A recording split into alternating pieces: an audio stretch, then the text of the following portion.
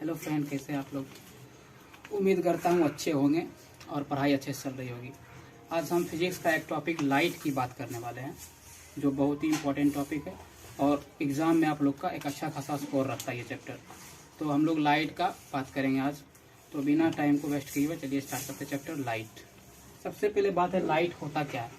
इससे पहले हम लोग जानेंगे लाइट से पहले कि लाइट हम पढ़ते हैं फिजिक्स में, ठीक है। क्या फिजिक्स का कोई ब्रांच भी है? हाँ है, उसका नाम है ऑप्टिक्स। क्या नाम है? ऑप्टिक्स। ऑप्टिक्स ऑप्टिक्स क्या है? ऑप्टिक्स का मतलब है कि हमारे आँख के अंदर ऑप्टिक्स नर्व होता है, जो हम लोग को आई, हमारे आँख के मदद से हम लोग लाइट को देख पाते हैं। तो ऑप्टिक्स जो है आई से देख पाते हैं लाइट को, इसी के कंसिडर लेकर के एक ब्रांच रखा गया ऑप्टिक्स, जिसको लाइट का, जिसमें हम लोग लाइट के बिहेवियर और उसके नेचर के बारे में स्टडी करते हैं। और तो पूछेगा व्हाट इज ऑप्टिक्स, तो हम लोग बोलेंगे the branch of physics which deals with the study of nature and behaviour of light. तो ऑप्टिक्स क्या है, तो हम यहाँ पे लिख देते हैं ऑप्टिक्स क्या है। Optics the branch of physics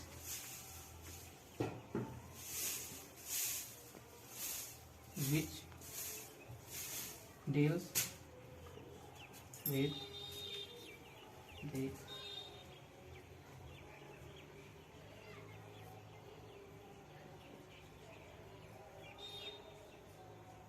nature and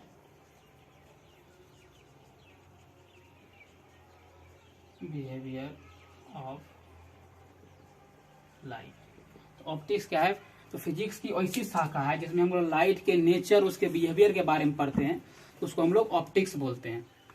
तो लाइट के नेचर और बिहेवियर के बारे में पढ़ते हैं, तो ठीक है, लाइट के बारे में फिर से स्टार्ट करते हैं। लाइट का हिस्ट्री से स्टार्टिंग करेंगे अभी हम लोग। यदि आप लोगों को लिखना है तो मैं साइड जाता हूँ, स्क्रीनशॉट ले सकते हैं। इसके बाद हम लोग बात करते हैं थोड़ा सा हिस्ट्री का, कि लाइट को सबसे पहले किसने देखा था और बहुत सारे साइंटिस्ट का क्या था था। तो हिस्ट्री ऑफ लाइट, इसको आप लोग नोट्स कर भी कर सकते हैं, नहीं भी कर सकते हैं, ज़्यादा इंपॉर्टेंट नहीं है, लेकिन फिर भी जानना जरूरी है हिस्ट्री क्या है लाइट का। तो सबसे पहले 1700 सेंचुरी में आए थे न्यूटन आए थे कब? 1700 सेंचुरी में। इन्होंने जब लाइट के बारे में स्टडी किया तो इनका मानना था कि लाइट जो है पार्टिकल से बना हुआ है। लाइट जो है स्मॉल स्मॉल पार्टिकल से बन करके बना हुआ है। इन्होंने क्या कहा कि light is made up of small particle. इन्होंने कहा कि लाइट जो है पार्टिकल से मिलकर बना हुआ है। तो इनका बात कुछ दिन तक चला, लेकिन कुछ साइंटिस्ट ने इनका विरोध भी किया, नहीं लाइट पार्टिकल से नहीं बना हुआ है। तो उसके बाद आता है हाइजेनबर्ग का नाम आता है। तो हाइजेनबर्ग जो है ये आए थे, सबसे पहले इन्होंने बताया हाइजेनबर्ग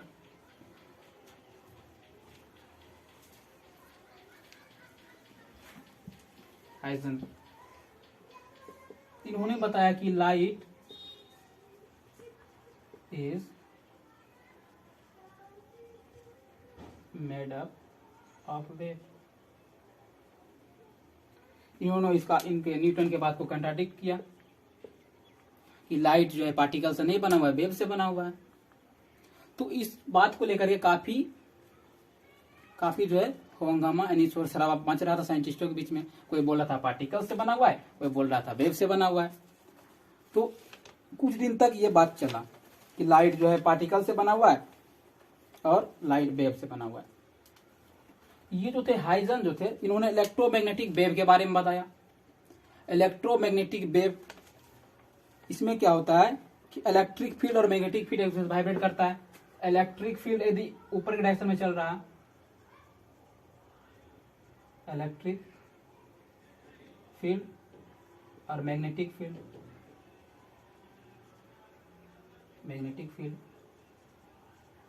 इन्होंने बताया कि इलेक्ट्रिक फील्ड और मैग्नेटिक फील्ड एक दूसरे को परपेंडिकुलरली चल रहा है, तो लाइट का डायरेक्शन जो होगा इस दोनों के बीच से जाएगा परपेंडिकुलरली, ये लाइट ट्रेवल करेगा। इन्होंने हाइजन बताया था इस बारे में, जो वेव नेचर को एक्सप्लेन कर रहा था कि लाइट जो है वेव नेचर को फॉलो करता है। ये बात कुछ दिन तक चला। मैग्नेटिक फील्ड का आने का मतलब हुआ कि मूविंग चार्ज, जो चार्ज मूव कर रहा है, जो चार्ज मूविंग चार्ज, ये हमारा मैग्नेटिक फील्ड है। और चार्ज की वजह से जो फील्ड क्रिएट होता है उसको इलेक्ट्रिक फील्ड बोलते हैं हम लोग। जो चार्ज की वजह से जो फील्ड क्रिएट होता है उसको इलेक्ट्रिक फील्ड बोलते हैं। और जो चार्ज मूव करता है वो अपने आसपास मैग्नेटिक फील्ड भी क्रिएट करता है। तो इलेक्ट्रिक फील्ड और मैग्नेटिक फील्ड के बीच से लाइट ट्रेवल करता है, ऐसा बोला था हाइजन ने। और उन्होंने बोला था कि ये वेव नेचर को फॉलो करता है लाइट। लेकिन न्यूटन कह के गए थे कि लाइट पार्टिकल से बना हुआ है। तो इस बात पे कुछ दिन तक बहस चलते रहा, साइंटिस्टों के बीच एक दूसरे को कंट्राडिक्ट करते रहे। लेकिन 250 साल तक ये माना गया कि लाइट जो है पार्टिकल से भी बना हुआ है, वेव से भी बना हुआ है, दोनों नेचर को मान के चला गया। उसके बाद आता है एल्बर्ट आइंस्टीन, जिनका नाम आप लोगों ने सुना होगा। एल्बर्ट आइंस्टीन आते हैं। एल्बर्ट आइंस्टीन ये 1900 ईस्वी में आए थे। जैसा कि मैंने बताया था कि 2 साल तक लगभग चला था कंट्राडिक्ट, ये लेके चला था कि लाइट न्यूटन का बात को भी माना गया था और हाइजेनबर्ग का भी बात को माना गया था। तो एल्बर्ट आइंस्टीन आया 1900 ईस्वी में, 19वीं सेंचुरी में आए थे एल्बर्ट आइंस्टीन। तो इन्होंने फोटो इलेक्ट्रिक इफेक्ट एक्सपेरिमेंट को शो किया। इन्होंने क्या किया कि फोटो इलेक्ट्रिक इफेक्ट एक्सपेरिमेंट को शो किया। फोटो इलेक्ट्रिक इफेक्ट एक्सपेरिमेंट, इन्होंने फोटो इलेक्ट्रिक इफेक्ट एक्सपेरिमेंट को शो किया। और फोटो इलेक्ट्रिक इफेक्ट एक्सपेरिमेंट जो है एक्सप्लेन करता है कि लाइट जो है पार्टिकल से बना हुआ है। Light is made up of particle. इनका भी कहना था कि लाइट जो है पार्टिकल से बना हुआ है। इनका मतलब है कि, इसका कहने का मतलब हुआ कि ये भी न्यूटन के सपोर्ट में ही जा रहे हैं कि लाइट भी पार्टिकल नेचर से बना हुआ। और इन्होंने एक्सपेरिमेंट करके बताया कि लाइट जो है फोटो इलेक्ट्रिक इफेक्ट शो करता है। फोटो इलेक्ट्रिक इफेक्ट जब शो किया, इससे पता चलता है कि लाइट पार्टिकल से बना हुआ है। ये बताए थे एल्बर्ट आइंस्टीन, जो 1900 ईस्वी में बताए थे। तो 2 साल तक तो इसमें लड़ाई झगड़ा चल रहा था कि लाइट वेव नेचर को फॉलो कर रहा है या पार्टिकल को। लेकिन जब एल्बर्ट आइंस्टीन फिर से फोटो इलेक्ट्रिक एक्सपेरिमेंट करके बताए थे 1900 ईस्वी में, इससे भी पता चलता है कि लाइट पार्टिकल से बना हुआ है। तो वेव वाला को तो हालत खराब था कि वेव नेचर हम लोग बता रहे हैं, इसको कंट्राडिक्ट हो रहा है। तो फिर उसके बाद क्या होता है, लुई डी ब्रोगली आते हैं 1924 ईस्वी में। कुछ दिन तक चला था पार्टिकल नेचर। उसके बाद आते हैं लुई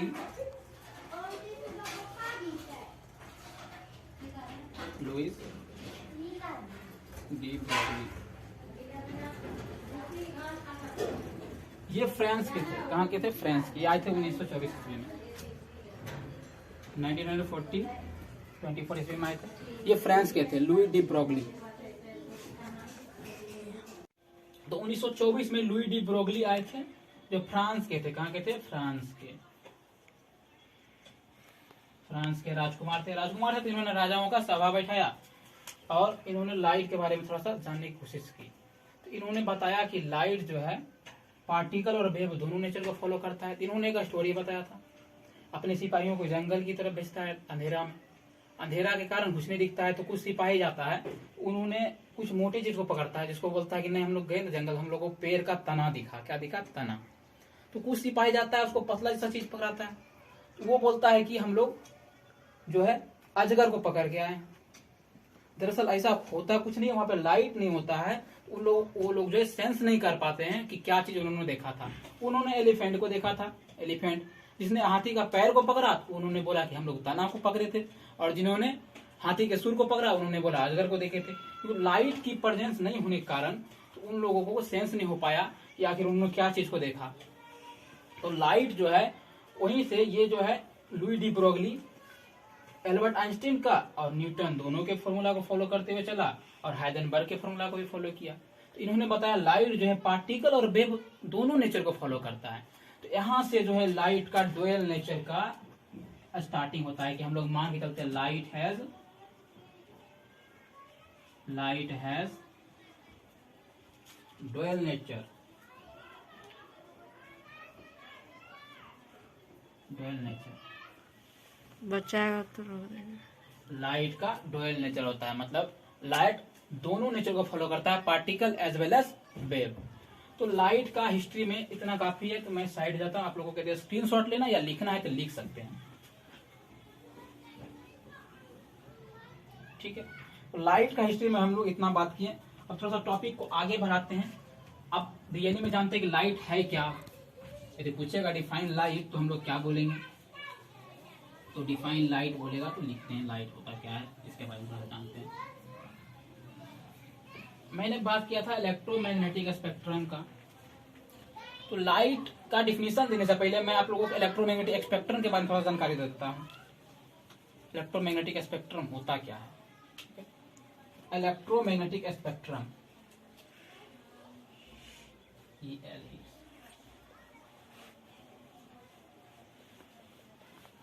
मैग्नेटिक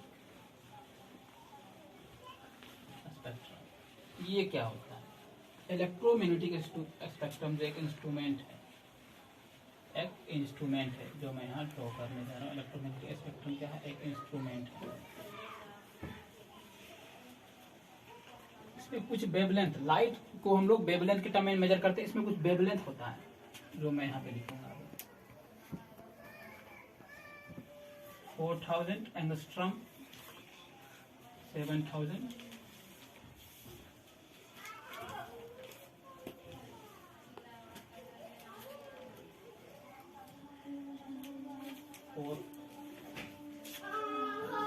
4000 एंगस्ट्रॉम। बात कर रहे थे इलेक्ट्रोमैग्नेटिक स्पेक्ट्रम का। इलेक्ट्रोमैग्नेटिक स्पेक्ट्रम क्या होता है, जिस तरह से हम लोग किसी डिस्टेंस को मीटर में नापते हैं, कोई यदि ठोस वस्तु है उसको हम लोग केजी में मेजर करते हैं, और कोई यदि लिक्विड है उसको मिलीलीटर में नापते हैं, चाहे लीटर में नापते हैं। ठीक उसी प्रकार से लाइट जो है, लाइट को तो नहीं, उसके वेवलेंथ को नापते हैं हम लोग, जिसको हम लोग इलेक्ट्रोमैग्नेटिक स्पेक्ट्रम एक इंस्ट्रूमेंट है जिससे हम लोग लाइट के वेवलेंथ को नापते हैं। तो लाइट क्या है, तो लाइट एक रेडिएशन के, लाइट जो है एक रेडिएशन का वेवलेंथ है, इलेक्ट्रोमैग्नेटिक रेडिएशन। इसको नापने के लिए जो इंस्ट्रूमेंट करते हैं इलेक्ट्रोमैग्नेटिक स्पेक्ट्रम है। लेकिन ये है क्या, टोटल जहां मैंने बनाया है ये पूरा इलेक्ट्रोमैग्नेटिक रेडिएशन मैंने बनाया है, radiation.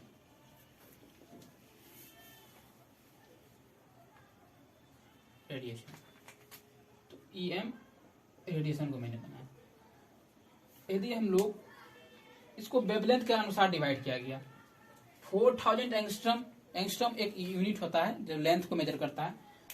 1 angstrom is equal to 10 to the power 10 metre. मतलब 1 मीटर को यदि आप 10 की पावर 10 टुकड़ा में डिवाइड करेंगे तो उसको बोलेंगे 1 एंगस्ट्रम मिला आपको, 1 एंगस्ट्रम। ये बहुत छोटी यूनिट होती है जिसको हम लोग लाइट के वेवलेंथ से मेजर करते हैं। लाइट का वेवलेंथ बहुत ही छोटा होता है। तो लाइट आया कहां से, तो इलेक्ट्रोमैग्नेटिक रेडिएशन जो है उसका एक पार्ट है जिसका वेवलेंथ जो है 4000 एंगस्ट्रम से लेकर के 7000 एंगस्ट्रम के बीच में लाई करता है। उसको हम लोग बोलते हैं विजिबल रे। विजिबल रे यानी कि इसी को क्या बोलते हैं, लाइट भी बोलते हैं। ये क्या है, लाइट।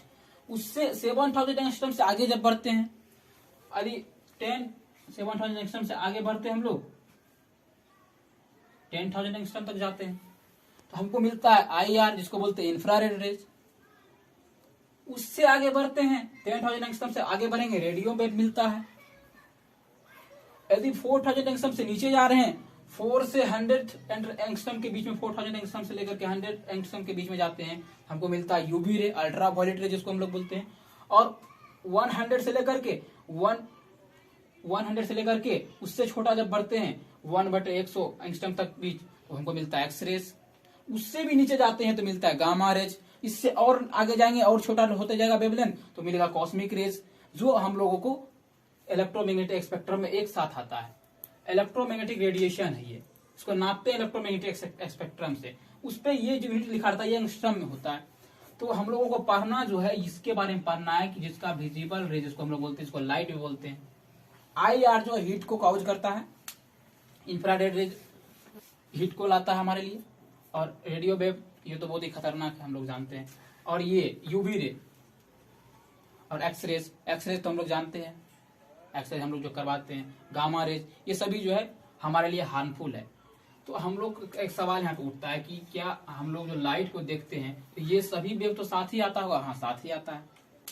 जब एक साथ इलेक्ट्रोमैग्नेटिक रेडिएशन होता है ये सभी वेव एक साथ आता है, लेकिन हमारे विजिबल रेंज जो है आई का यही ऐसी 4000 एंगस्ट्रॉम से लेकर के 7000 एंगस्ट्रॉम के बीच में हम लोग देख पाते हैं, उसको हम लोग विजिबल लाइट बोलते हैं। इससे आगे जो आता है उसको हम लोग महसूस कर पाते हैं, हमारे आंख के अंदर नहीं इंटर करता है क्योंकि हमारे कॉर्निया का साइज जो पीपल का साइज छोटा होता है। तो ये वेवलेंथ आगे वाला नहीं इन कर पाता। तो सवाल उठता है आगे वाला इन नहीं कर पाता, इससे 7000 एंगस्ट्रॉम से बड़ा जो वेवलेंथ वो नहीं इन कर पाएगा, इसमें छोटा तो इन कर सकता है, ये हमारे पास पहुंच ही नहीं पाता है। कि जब लाइट जो है स्पेस से ट्रेवल करते हुए हमारे तक पहुंचता है तो हमारा जो ओजोन लेयर है इसको फिल्टर कर लेता है, क्योंकि ये हमारे लिए हार्मफुल है, ये जो रेज है हमारे लिए हार्मफुल है। और ये जो गामा रेज है या एक्स रेज है या फिर यूवी रे है ये सब हमारे तक पहुंच ही नहीं पाता है। हमारे पास पहुंचता क्या है 4000 एंगस्ट्रॉम से लेकर के आगे जितना बढ़ते जाए वो सब पहुंचता है। उसमें से हम लोगों को दिखता है ऐसी विजिबल रेज जिसको हम लोग लाइट भी बोलते हैं। तो अभी हम लोग पढ़ेंगे लाइट के बारे में। हम लोगों को क्या जानना है? लाइट के बारे में, लाइट होता क्या है। ठीक है, तो अब हम लोग डिफिनेशन जानने जा रहे हैं कि लाइट आखिर है क्या। व्हाट इज लाइट बोलेगा तो क्या डिफाइन करेंगे? Light,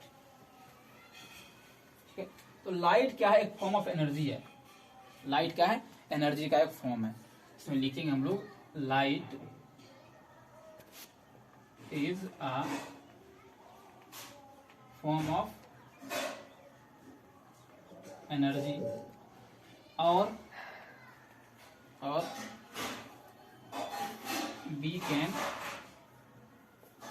say that a part of electromagnetic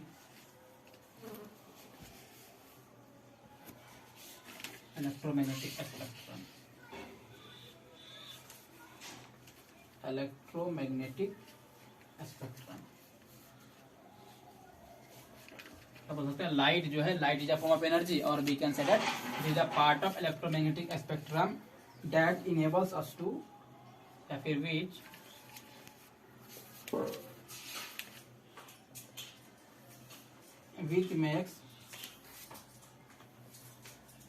which makes object visible to our eyes। ये मैंने क्या लिखा लाइट के बारे में डिफिनेशन लिखा है कि light is a form of energy. Light क्या है? एक ऊर्जा का स्रोत है। मैंने बताया था लाइट पार्टिकल्स और वेव दोनों नेचर को फॉलो करता है। तो पार्टिकल नेचर और वेव नेचर को फॉलो करता है, इसका मतलब इसमें कुछ ना कुछ एनर्जी है जो इसको बोलते हैं कि इसमें फोटोन्स पार्टिकल से बना हुआ। लाइट फोटोन्स पार्टिकल से बना हुआ जिसमें एच न्यू एनर्जी होता है। ये आप लोग अभी नहीं जानना है, एच न्यू एनर्जी होता है। फोटोन्स पार्टिकल से मिलकर बना जिसमें एच न्यू एनर्जी होता है। तो लाइट क्या है? फॉर्म ऑफ एनर्जी है। और हम लोग कह सकते हैं we can say that is a part of electromagnetic spectrum. Light जो अभी मैंने इलेक्ट्रोमैग्नेटिक स्पेक्ट्रम बताया था कि लाइट जो उसी का एक वेवलेंथ है। लाइट क्या है? इलेक्ट्रोमैग्नेटिक स्पेक्ट्रम का एक पार्ट है जिसकी मदद से हम लोग ऑब्जेक्ट को विजिबल मतलब देखते हैं, हमारा आंख जो ऑब्जेक्ट को देख पाता है। तो लाइट क्या है? A part of electromagnetic spectrum which enables us to see things around us या फिर which makes object visible to our eyes. मतलब लाइट की उपस्थिति के बगैर हम लोग किसी भी वस्तु को नहीं देख सकते हैं।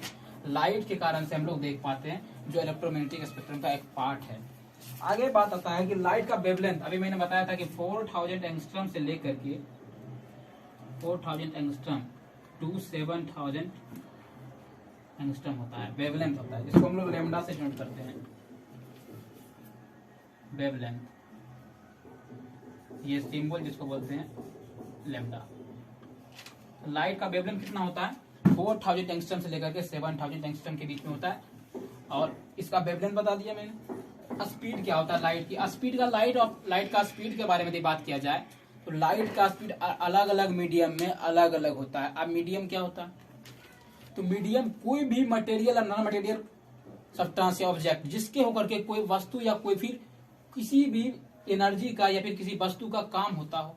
जैसे हम लोगों के यदि कहीं जाना है तो हम लोग गाड़ी का उपयोग करते हैं, तो वो हमारे लिए मीडियम है। लाइट को ट्रेवल करना है, इसको भी मीडियम की रिक्वायरमेंट पड़ती है।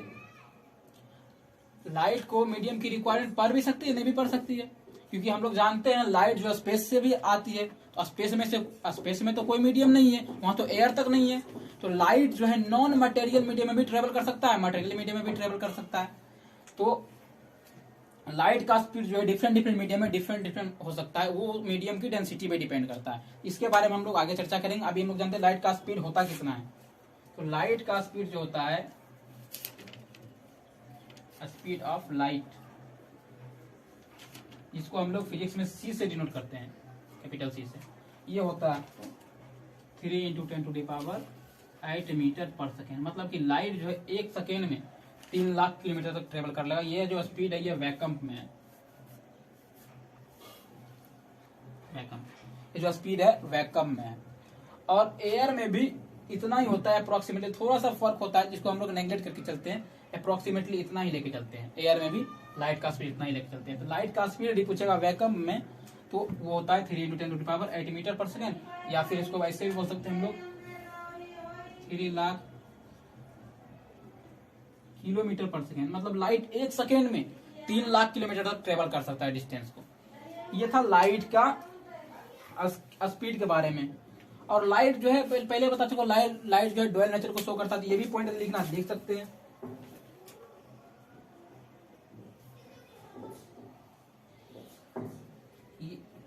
Light so dual nature, that is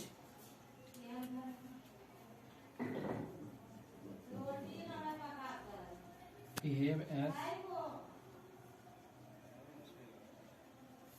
wave as well as particle। मतलब कि लाइट जो है दो डुअल नेचर, मतलब दो नेचर को फॉलो करता है, जिसको हम लोग बोलते हैं वेव और पार्टिकल, दोनों नेचर को। अभी मैंने हिस्ट्री बताया था, उसमें बताया था कि लाइट जो है दोनों नेचर को फॉलो करता है, वहां तक मैंने इसकी हिस्ट्री बताया था। तो लाइट जो है डुअल नेचर को फॉलो करता है।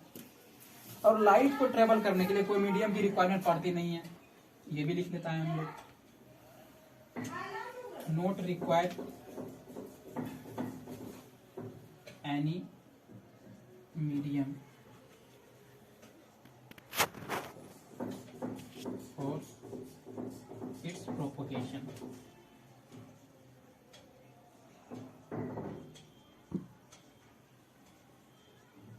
प्रोपोगेशन मतलब ट्रेवल करने के लिए, लाइट को ट्रेवल करने के लिए कोई भी मीडियम की रिक्वायरमेंट नहीं होती है। मीडियम मिला तो भी ठीक है, नहीं मिला तो भी ठीक है, क्योंकि नहीं मिलने का सेंस है कि स्पेस से लाइट आता है तो वहां पर तो कोई मीडियम नहीं होता है, तो लाइट को जरूरी नहीं कोई मीडियम मिले।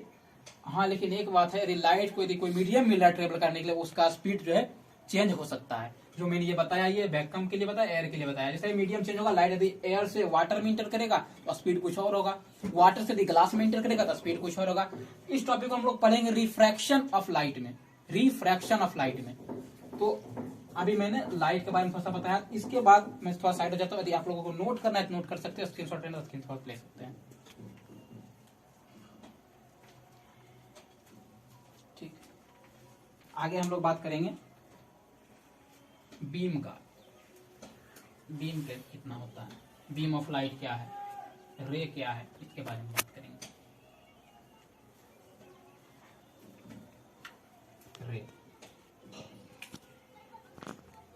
रे इसको हिंदी में किरण बोलते हैं, मैथ में आप लोग पढ़े होंगे। इसको इस तरह रिप्रेजेंट करते हैं रे को। ये जो एरो है डायरेक्शन को शो करता है, ये शो करता है कि एंड पॉइंट है यहाँ, इससे आगे इधर नहीं बढ़ेगा, लेकिन इस डायरेक्शन में एरो जो है शो करता है कि डायरेक्शन इस डायरेक्शन में बढ़ सकता है। तो लाइट जो है एक रे के फॉर्म में ट्रेवल करता है। तो पहले रे होता क्या ये जान ले। इसको हम लोग फिजिक्स के टर्म में बोल सकते हैं a straight path of light।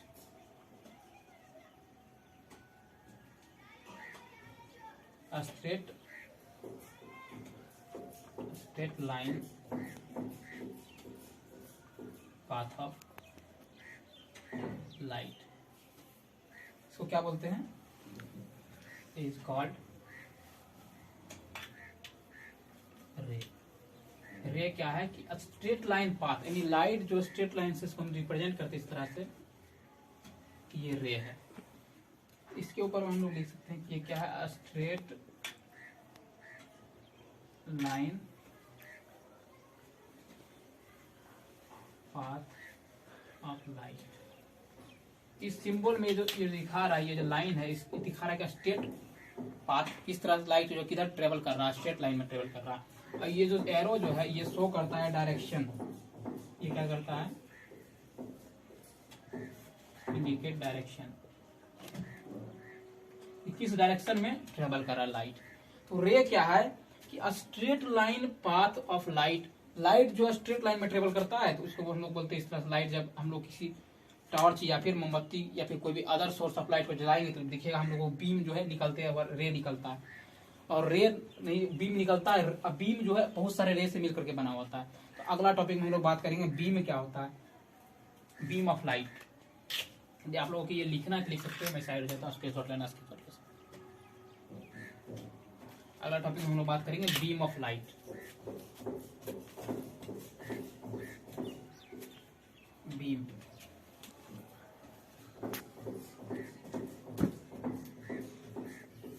Beam of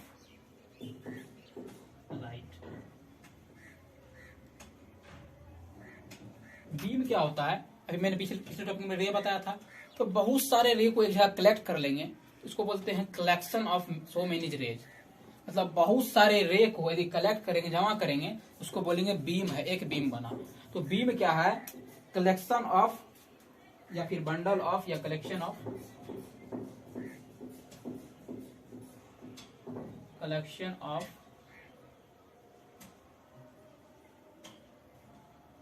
ray of light. Beam क्या है, collection of rays of light. बहुत सारे लाइट के किरण को यदि हम एक जगह जमा करेंगे, इकट्ठा करेंगे तो बोलेंगे बीम ऑफ लाइट है। बीम जो होता है 3 तरह का होता है। बीम कितना तरह का होता है, 3 तरह का। एक होता है convergent beam of light,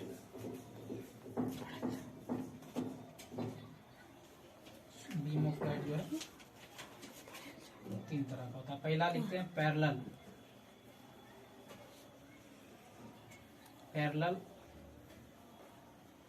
beam of light.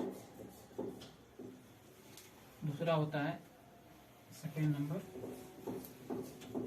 Convergent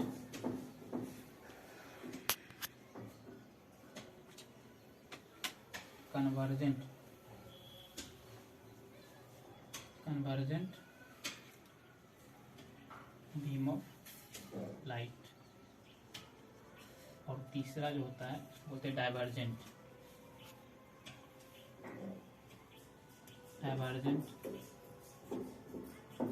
beam of light. तीनों का डिफिनीशन यदि पूछा जाए, ज्यादा इंपॉर्टेंट तो नहीं है, लेकिन मैं बता देता हूँ, आप लोग चाहे तो सुन के लिख सकते हैं। पैरेलल देखने से लग रहा है कि यहाँ पे रे ऑफ लाइट जो होता है पैरेलल ट्रेवल करता है। रे ऑफ लाइट एक दूसरे से पैरेलल होता है। तो पैरेलल बीम ऑफ लाइट में क्या होता है, बहुत सारे रे ऑफ लाइट जो होता है, रे मतलब बहुत सारा रे को बोलते हैं बंडल। तो बंडल ऑफ लाइट जो है ये पैरेलली ट्रेवल करेगा एक दूसरे से, कभी भी एक को कट नहीं करेगा, उसको बोलते हैं parallel beam of light. Converge मतलब होता है इकट्ठा होना। रे ऑफ लाइट बहुत सारा जो है अलग अलग सोर्स से आकर के एक जगह जमा होगा। इसमें क्या होता है, रे ऑफ लाइट जो है बहुत अलग डिफरेंट डायरेक्शन से आकर के किसी एक पॉइंट पे जमा होता है। इसको बोलते हैं कन्वर्जेंट बीम ऑफ लाइट, मतलब किसी एक पॉइंट पे रे ऑफ लाइट को जमा करना। डाइवर्ज मतलब होता है फैलना। डाइवर्जेंट बीम ऑफ लाइट का मतलब होता है कि किसी एक पॉइंट ऑफ सोर्स से बहुत सारे रे ऑफ लाइट निकल रहा होगा। इसका एग्जांपल आप लोग टॉर्च या जो जलाते हैं हम लोग, टॉर्च सबसे अच्छा एग्जांपल ले सकते हैं कि एक जगह टॉर्च हम लोग जलाते हैं लेकिन बहुत सारा रे निकलता है, फैलता है, उसको बोलते हैं डाइवर्जेंट बीम ऑफ लाइट। तो पैरेलल बीम ऑफ लाइट क्या है, जब भी रे ऑफ लाइट जो है बहुत सारा रे एक दूसरे से पैरेलल चलेगा तो हम लोग बोलेंगे पैरेलल बीम ऑफ लाइट है। और रे ऑफ लाइट जब किसी डिफरेंट डायरेक्शन से आकर के किसी एक पॉइंट पे, फिक्स पॉइंट पे जमा होगा, जैसे यहाँ पे मान लेते हैं एक पॉइंट पे आकर के जमा हो रहा है, तो उसको बोलेंगे हम लोग कन्वर्जेंट बीम ऑफ लाइट, किसी एक पॉइंट पे कन्वर्ज हो रहा है। और जब रे ऑफ लाइट किसी एक पॉइंट से निकल रहा है, ये जो एरो शो कर रहा है ये दिखा रहा है कि इस डायरेक्शन में रिलीज हो रहा है, किसी एक डायरेक्शन में निकलता है, किसी एक पॉइंट ऑफ सोर्स से बहुत सारा रे ऑफ लाइट निकलता है, उसको हम लोग बोलते हैं डाइवर्जेंट बीम ऑफ लाइट। तो रे ऑफ लाइट हमको उम्मीद करता हूँ कि समझ में आया होगा। तो अब मैं साइड जाता हूँ, तो आप लोगों को स्क्रीनशॉट लेना तो ले सकते हैं। पॉज करो।